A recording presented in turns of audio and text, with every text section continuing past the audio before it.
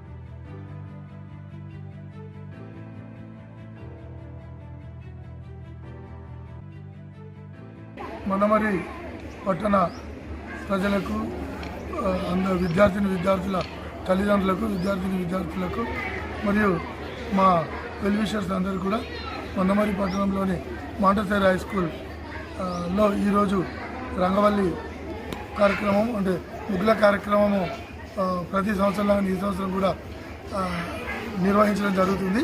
దీంట్లో స్కూల్లో ఉన్నటువంటి పిల్లలందరూ చాలా అతి ఉత్సాహంగా పార్టిసిపేట్ జరిగింది.